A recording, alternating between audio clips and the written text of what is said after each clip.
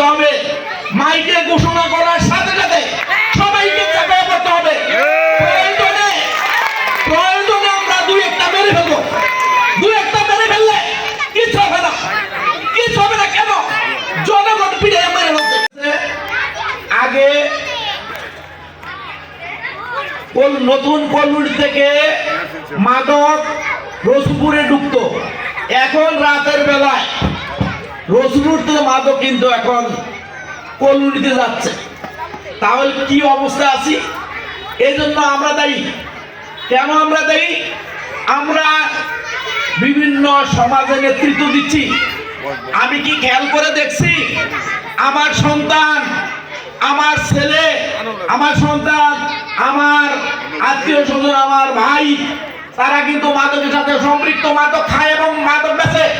তাদেরকে কি আমরা পারছি? আমরা কি তাদেরকে প্রতিহত করতে পারছি, বিরত রাখতে পারছি? যদি তাই না পারি তাহলে আমরা সমাজে কি নেতৃত্ব দেব?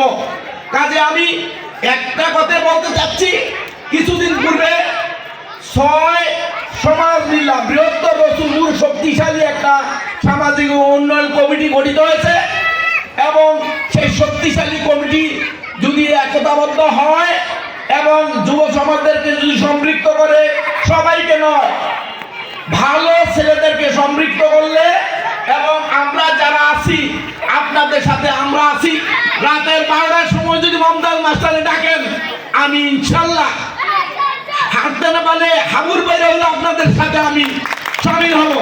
কিন্তু আমরা ভয় পাচ্ছি। কিসের ভয় ভাই? বাঁচবো কয়দিন? হাদি চলে গেছে, লক্ষ হাদি এবং বাংলাদেশে জন্মাবে। কাজে এই ভয় পাইলে চলবে না।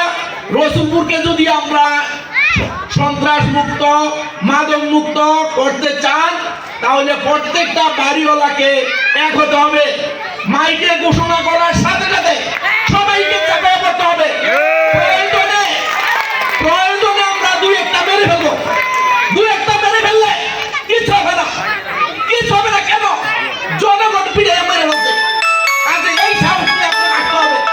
এখন আমি যদি মনে করি কথা বলছে একটু পরে আমার মেরে ফেলবে, আমরা এখন বক্তৃতা নয়, আমরা কাজেই আমরা একতাবদ্ধ হব, কাজে দেখা দেব।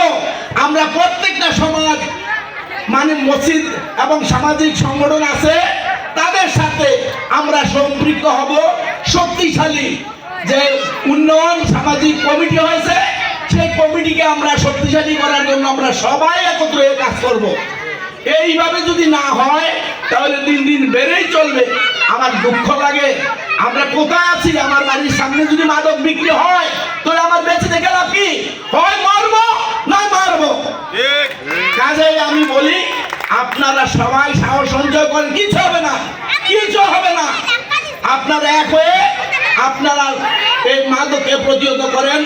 সামনে নির্বাচন, কাজে নির্বাচনের আপনার এই শান্তিপূর্ণ এলাকাকে অশান্তি এলাকাকে শান্তিপূর্ণ করতে হবে। কাজে আপনাদেরকে আমি এখানে, যেহেতু আমার বক্তারা অনেক কথাই বলে গেছেন, আমার আর বলার কিছু নাই।